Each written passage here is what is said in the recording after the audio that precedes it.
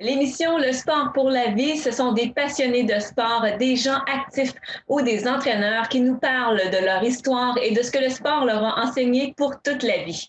Tout ça dans le but d'aider les parents, coachs ou non, à amener les jeunes sportifs à prendre soin d'eux et à développer leurs compétences émotionnelles avec le sport comme outil. Bienvenue à tous les passionnés du sport pour la vie.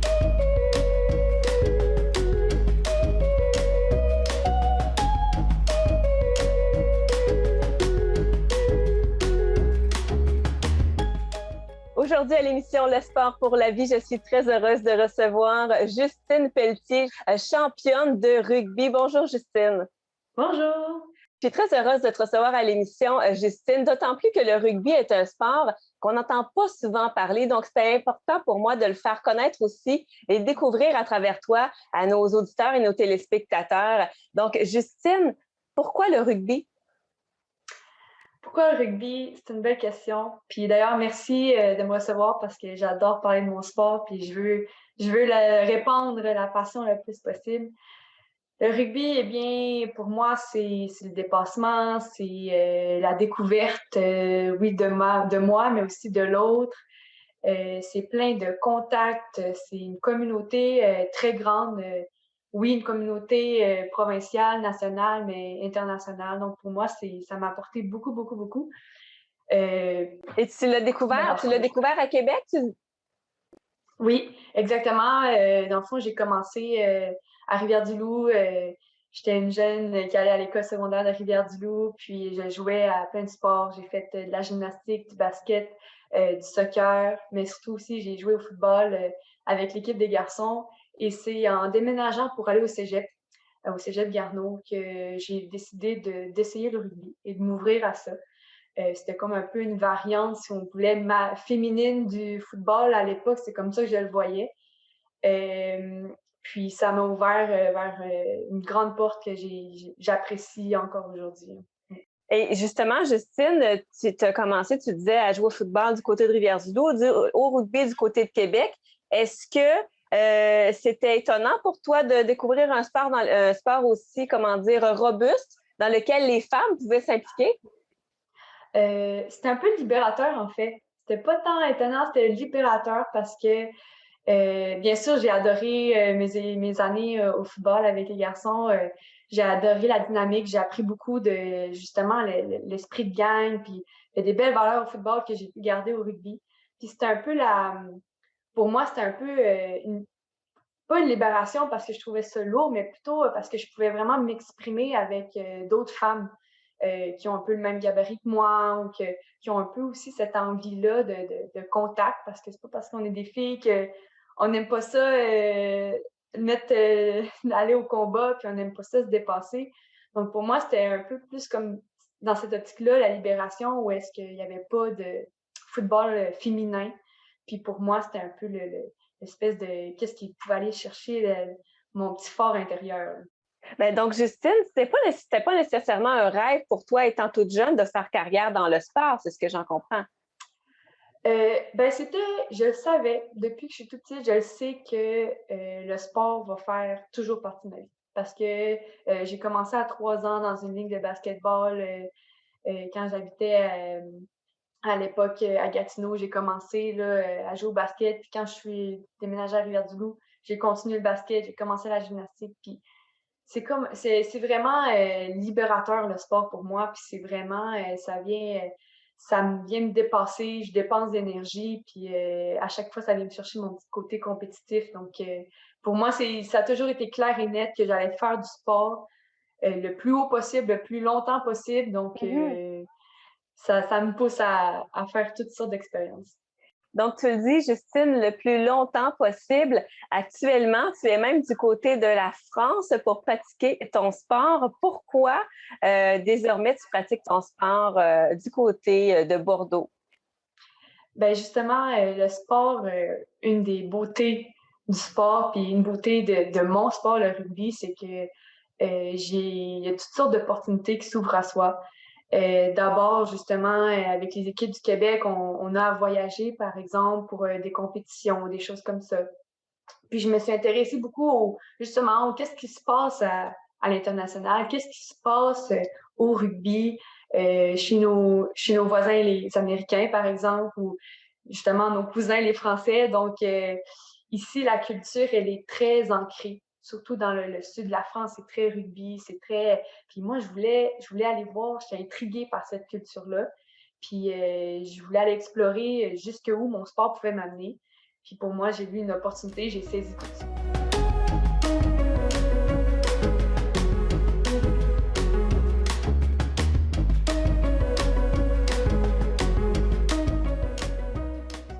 Justement, est-ce que c'était une opportunité pour toi de pratiquer ton sport le plus longtemps possible, comme tu viens de le dire?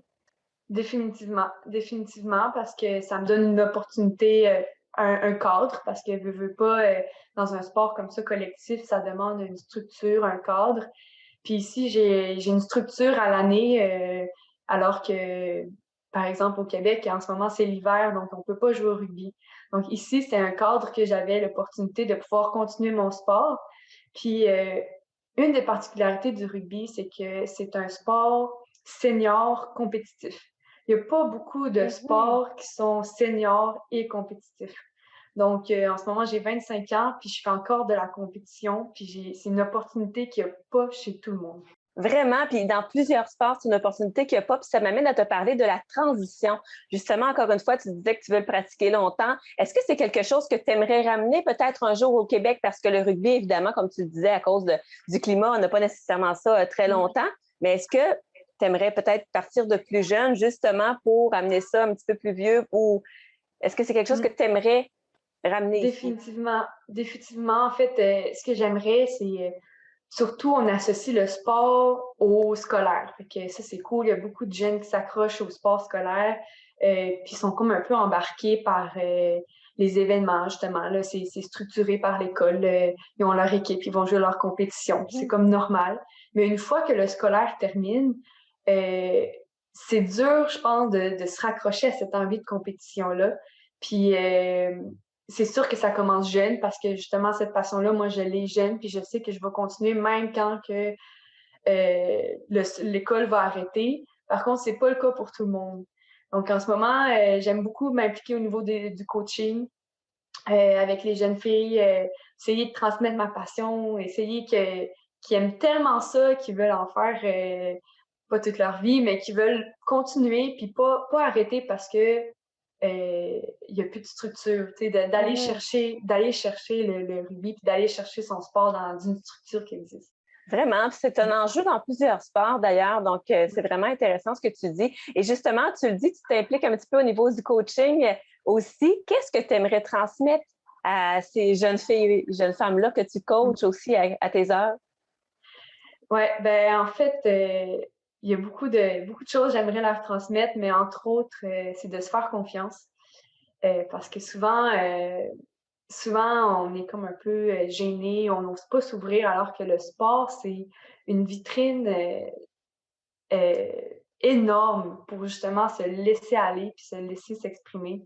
Puis c'est ça que j'apprends beaucoup dans mes équipes que je côtoie ou que je joue avec, c'est qu'il y a une espèce d'ouverture, puis il faut se laisser aller là-dedans. Il faut s'y donner à son 100% parce que il y a beaucoup de choses à apprendre d'une coéquipière, puis il y a beaucoup de choses à apprendre de n'importe quel coach. Puis je pense que c'est quelque chose qui mérite l'effort de le faire. La notion d'équipe revient souvent quand tu parles. J'ai lu aussi beaucoup d'articles te concernant qui parlaient d'équipe. Entre la défaite de 2017, Justine, et la victoire de 2019 au championnat canadien U-Sport, qu'est-ce que tu dirais qui a changé au niveau de l'état d'esprit de l'équipe qui vous a mené vers la victoire? 2017, c'était tout nouveau. Je pense que c'était quelque chose qu'on espérait atteindre ou que c'était dans nos rêves d'atteindre, puis là, on l'avait au bout des doigts, puis on dirait qu'on réalisait pas trop qu'on avait le potentiel de le faire. Puis on avait le potentiel de le faire, mais les circonstances ont fait qu'on l'a pas eu. Puis je pense qu'en 2019, on y croyait, mais on y croyait vraiment. T'sais, on y croyait, là, c'était vraiment, là, c'est pas un «Ah oui, je pense qu'on pourrait le faire», mais c'était vraiment affirmatif, puis je pense que c'est ce qui a fait la différence. Et ben justement, l'expérience de 2017, ben, on a grandi de cette défaite-là, puis on a aussi su, OK, savoir à quoi s'attendre, puis avoir confiance en nous, puis juste tout donner. Juste vraiment là, y aller, se laisser aller, puis juste s'amuser sur le terrain, puis c'est ça qui a fait la différence.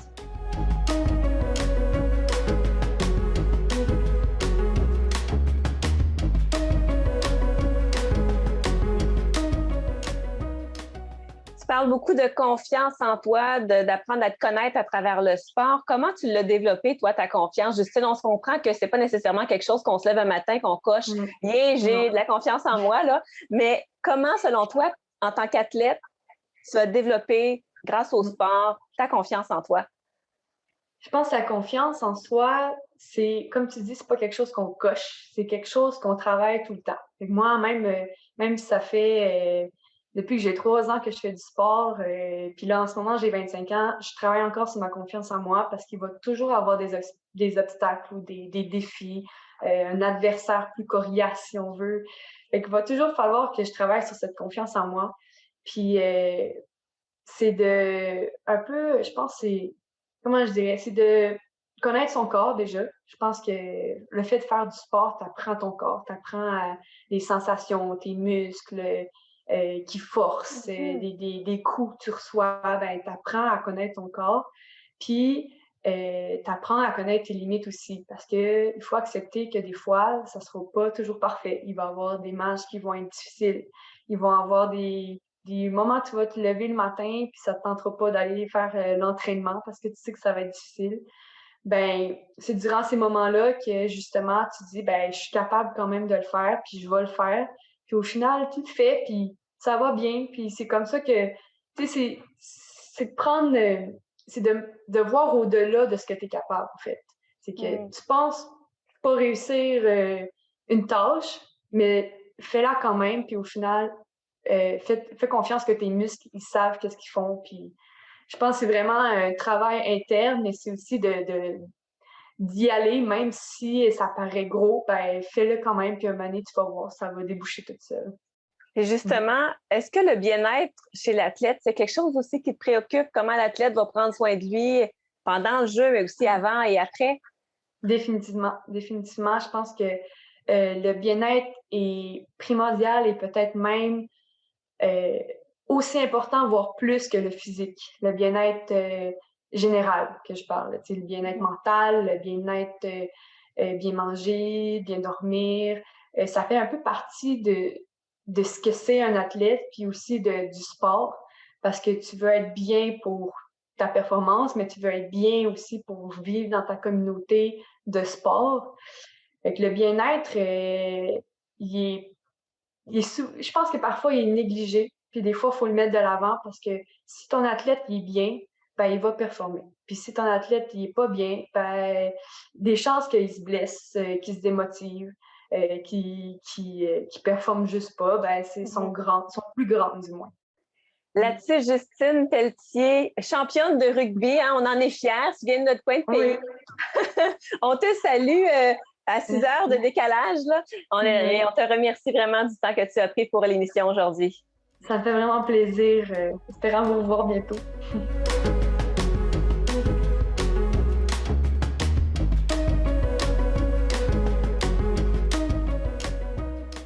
Aujourd'hui à l'émission Le sport pour la vie, je reçois Pierre-Alexandre Hudon, patineur artistique émérite. J'ose le dire. Pierre-Alexandre, bonjour. Allô?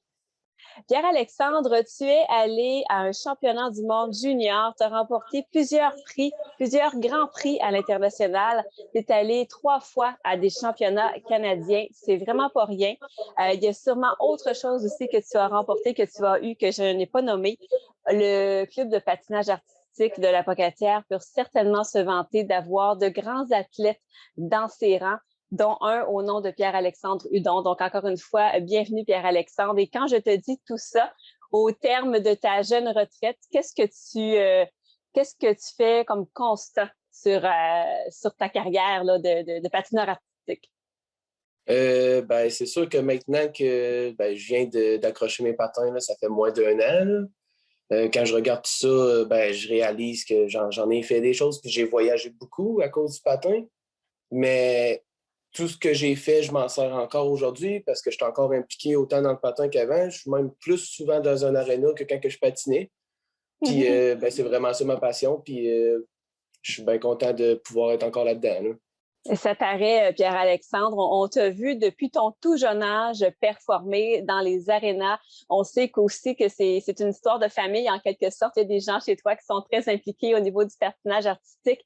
Pierre-Alexandre, moi, j'ai envie de savoir quel jeune sportif tu étais. Ben, je pense que j'étais un jeune sportif réservé au début. J'ai joué au hockey aussi pendant longtemps. Ça, il n'y a pas beaucoup de monde qui savent ça, mais j'ai joué au hockey jusqu'à l'âge de 12-13 ans. Puis ben, j'étais vraiment le jeune réservé. Là, je prenais ma place, puis ça a été la même chose au patin. Puis je prenais ma place, je faisais mes affaires. Puis quand j'allais en compétition, ben, je faisais mes affaires. Puis des fois, ça me menait sur le podium. Des fois, ça faisait des moins bons résultats, mais je faisais mes choses. Hein. Donc, c'est drôle que tu dises ça, que dans le fond, que tu as joué au hockey. Je m'explique parce que souvent, on commence à faire du patinage artistique pour justement apprendre à patiner, pour faire du hockey. Est-ce que je me trompe? Non, non, tu ne te trompes pas. Puis, tu sais, au programme de Patinage Plus qu'on a, tous les clubs de patin, ils ont un programme de Patinage Plus, puis on a beaucoup de jeunes garçons qui viennent pour apprendre à jouer au hockey. Ils apprennent à patiner, dans le fond, avec nous autres, parce qu'on a un programme qui offre des bonnes bases de patin. Puis, la majorité se dirige vraiment vers le hockey, mais des fois, ça arrive qu'on en a qui restent dans le patin. Puis, ben, ça, j'aime ça. On n'a pas beaucoup de garçons, hein? Fait que dans ce temps-là, on essaie de les garder, puis on essaie de les accrocher au sport. Puis, ben, moi, c'est ça que ça a fait. Justement, qu'est-ce qui t'a accroché, toi, dans le patinage artistique? Parce que tu viens de le dire, et on en reparlera au cours de l'entrevue, il n'y a pas tant de jeunes garçons. Qu'est-ce qui m'a accroché? Tu sais, j'ai fait les deux pendant longtemps, puis ce qui a poussé mon choix pour le patin, c'est sûr que, comme on l'a dit, il n'y a pas beaucoup de jeunes garçons dans le patin. Il y a beaucoup plus d'opportunités pour nous d'aller dans des compétitions provinciales, nationales, internationales. C'était beaucoup plus facile de se démarquer. Puis aussi parce que j'aimais mieux ça en général, le fait de jamais faire la même chose. Puis que c'était plus un sport individuel. Je pense que c'était plus pour moi, même si j'ai fait du couple plus tard.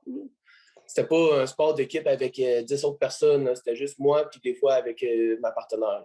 Bien, tu le disais, hein? Tu étais un jeune enfant qui s'occupait de ses affaires, qui aimait ça faire ses petites affaires. Et à un moment donné, il y a eu une part où tu as eu à peut-être choisir entre la compétition individuelle ou en couple. Et qu'est-ce qui a fait déclencher le fait que tu décides de faire le duo finalement? Mais c'est sûr, quand on est plus jeune, là, autour de 14, 15, 16 ans, il faut continuer à faire les deux, le simple et le duo, parce qu'on a besoin de nos éléments individuels pour le couple.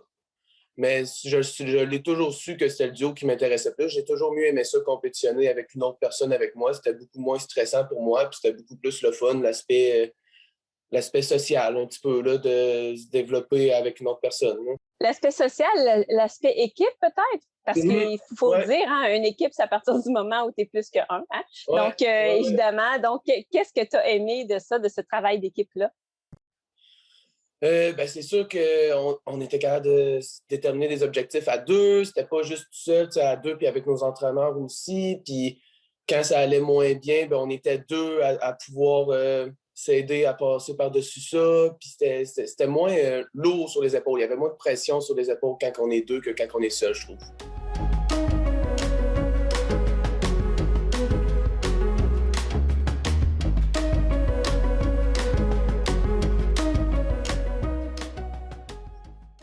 Et justement, moi, je suis contente de t'avoir comme invitée aujourd'hui parce que je trouvais la dynamique intéressante parce que je voulais me pencher sur la gestion des relations avec les autres quand on est un sportif parce que c'est un des piliers de l'intelligence émotionnelle et justement, avec le sport comme outil, c'est le thème de l'émission et justement, je voulais savoir comment on arrive à mieux gérer nos relations avec les autres quand on fait un travail où là, on est appelé à être en duo avec quelqu'un d'autre, à être en symbiose carrément. Là. Ben moi, c'est sûr, j'ai jamais aimé ça être en conflit avec quelqu'un. Fait que là, en travaillant avec quelqu'un d'autre, c'est sûr que des fois, il y a des moins bons moments, que ça marche moins bien, puis tu as envie de te fâcher un petit peu plus, là, mais dans ma tête, là, ça a jamais été la bonne stratégie de faire ça. Moi, ça a tout le temps été, garde la bonne attitude, puis c'est pas en se fâchant que ça va marcher, qu'on va être capable de passer par-dessus l'épreuve qu'on doit faire face en ce moment. Là. Fait que, tu sais, on a même ma partenaire aussi, Gabrielle, c'est avec cette personne-là que j'ai connue, que j'ai fait le plus de choses. Là. On a tout le temps été respectueux un envers l'autre, puis on s'est jamais chicané, on essayait tout le temps de travailler ensemble, puis c'est ça, je pense, qui nous a aidé beaucoup à avoir beaucoup de succès. Là. Et est-ce que ta relation avec elle aussi s'est développée au fil du temps? Est-ce qu'encore aujourd'hui, vous vous entendez bien? Oui, c'est sûr qu'aujourd'hui, là, moi, je suis au Québec, puis elle est retournée en Nouvelle-Écosse, mais oui, on se parle encore une fois de temps en temps, puis on va tout le temps rester en contact, c'est sûr. Là. Puis l'été passé, j'étais allé en Nouvelle-Écosse pendant une bonne partie de l'été, puis je l'avais revu, puis j'étais allé donner des cours de patin là-bas aussi. Fait que à toutes les fois que, là, c'est sûr, ces temps-ci, c'est plus difficile d'y retourner à cause de la pandémie, mais c'est sûr qu'une fois que ça va être terminé, je vais y retourner, puis je vais aller voir les autres personnes aussi là-bas. Là. Tu parlais, Pierre-Alexandre, de ta gestion des conflits, justement, quand on est en équipe. Comment vous avez été accueillis par vos entraîneurs, justement, avec votre relation ensemble? Nos entraîneurs nous ont toujours dit qu'on était... Notre dernière année qu'on a patiné ensemble, on s'entraînait à Montréal avec 7 autres équipes de patins. Là. Puis on s'est toujours fait dire qu'on était facile à coacher parce que justement, on n'avait jamais de conflit, puis on était tout le temps positif, puis que ça allait tout le temps bien. Fait que, tu sais, je pense que nos entraîneurs, ils aimaient bien ça de nous autres, puis ils étaient d'accord aussi pour dire que ça nous a aidé beaucoup. Là. Bien, être coachable dans la vie, c'est vraiment une belle qualité chez un athlète aussi. Hein? Ouais, Est-ce que tu le vois chez les jeunes que tu entraînes maintenant aussi? Oui, c'est sûr que j'ai commencé à coacher jeune. J'ai commencé à coacher, j'avais 17 ans, je pense, pas beaucoup là, à ce temps-là, mais le fait de coacher et de patiner en même temps, ça m'a fait voir que les comportements qui sont le fun à avoir chez un patineur, puis ceux qui sont moins le fun. Fait que je te dirais que vers la fin de ma carrière, ça m'a aidé beaucoup à justement être toujours positif puis être ouvert d'esprit parce que quand j'avais un jeune qui était négatif puis qui n'était pas ouvert à des nouvelles idées, ben, c'est vraiment difficile pour un entraîneur. Fait que le fait de faire les deux en même temps à la fin, là, ça m'a vraiment ouvert les yeux de ce côté-là. Là. Puis est-ce que ça t'a amené à développer certains trucs pour les aider, ces jeunes-là? Parce que en tant que coach, j'imagine que tu veux évidemment le meilleur pour ton athlète, hein? C'est pour ça qu'on est là. Puis est-ce que ça t'a amené à développer des trucs pour justement les aider à changer d'attitude? Ben, c'est sûr, là, je me suis servi de toutes mes expériences en tant que patineur, puis même en tant qu'entraîneur. J'ai commencé à aller en compétition avec certains athlètes de plus haut niveau, de moins haut niveau. Puis, toutes ces expériences-là, ça nous donne des trucs de plus à mettre dans notre valise pour leur donner. Là. Et justement, quel truc tu donnerais à un jeune patineur là, qui a plutôt tendance à se déprécier, par exemple? Mais moi, ma philosophie d'entraînement, c'est vraiment, on est là pour avoir du plaisir. C'est pas moi qui va commencer oui, des fois, il faut être un petit peu plus rough, il faut les brasser un petit peu. Là. Mais je vais tout le temps avoir du plaisir avec les jeunes. Là, puis quand je vois que le jeune commence à plus avoir de plaisir, là, on est là pour avoir du plaisir. Là. On fait pas ça pour gagner notre vie. Là. On fait ça c'est un sport récréatif. Là. On veut avoir du plaisir. Fait que c'est vraiment ça que j'essaie d'emmener chez les jeunes. Là. Et Pierre-Alexandre, tu le dis, c'est un sport récréatif. On monte graduellement les échelons de senior à junior, etc.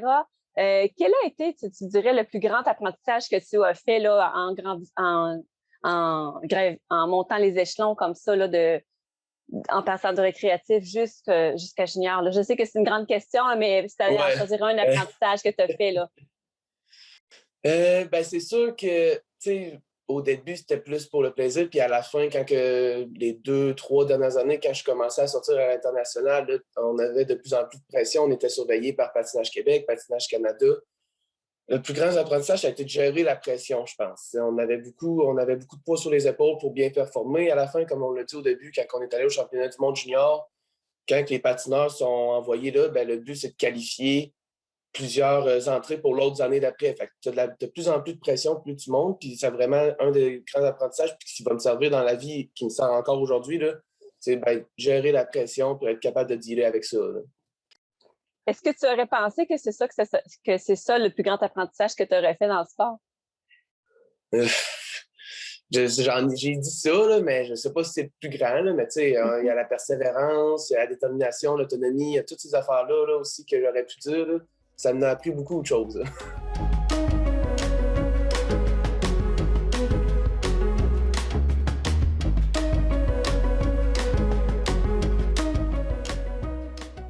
Ça demande beaucoup d'indulgence par rapport à l'autre, Pierre-Alexandre, et par rapport à soi-même aussi, mais je veux qu'on traite beaucoup de la gestion des relations avec les autres. Est-ce que ça demande de l'indulgence auprès des autres? Parce que justement, si ta partenaire fait une erreur là, qui ça peut coûter quand même assez cher, donc ça doit demander vraiment beaucoup de travail sur soi, là. Oui, ben moi, ce que je me suis toujours dit, c'est si, mettons, ma partenaire faisait une erreur, ben, tu sais, ça arrive, on n'est pas parfait. J'encourageais quand même tout, parce que le jour que ça serait moi qui ferais une erreur, ben, je voudrais pas qu'elle se mette à être fâchée contre moi et qu'à être déçue. Fait que, tu sais, c'est une relation en deux sens, là. Tu fais pas aux autres ce que tu veux pas te faire faire à toi-même, là. Maintenant, Pierre-Alexandre, parlons un petit peu de ton désir de transmettre ta passion à une autre génération. C'est quelque chose qui est important pour toi? Oui, ben j'ai toujours su, tu sais, le patin, c'est ma passion, puis j'ai toujours su que je voulais être impliqué d'une manière ou d'une autre, probablement jusqu'à la fin de mes jours. Là. Je vais tout le temps être dans un aréna, c'est sûr. Puis, ben, entraîner, c'était, je pense, la manière pour moi qui me rejoignait le plus. Être justement capable de transmettre mes savoirs, mes expériences à la plus jeune génération pour les aider à évoluer dans le sport. Là. Et en terminant, Pierre-Alexandre, j'aimerais connaître ton expérience que tu as le plus appréciée dans ton parcours de patineur artistique. L'expérience que j'ai le plus appréciée. Je pense que le moment le plus marquant, ça a été les premiers championnats canadiens avec Gabrielle. Dans le fond, moi, c'était mes 4e championnats canadiens, mais c'était mes premiers avec elle. Puis c'était notre premier podium, dans le fond. Puis ça, c'était un objectif que j'avais depuis extrêmement longtemps. J'y rêvais d'être au podium au Canadien. Puis quand c'est arrivé, c'était parti. Là, on était bien contents. Puis ça, ce moment-là va rester longtemps dans ma mémoire. Là. Vraiment, vraiment. Ben là-dessus, Pierre-Alexandre Hudon, merci de ton temps ici aujourd'hui pour l'émission. Ben, merci à toi de m'avoir invité.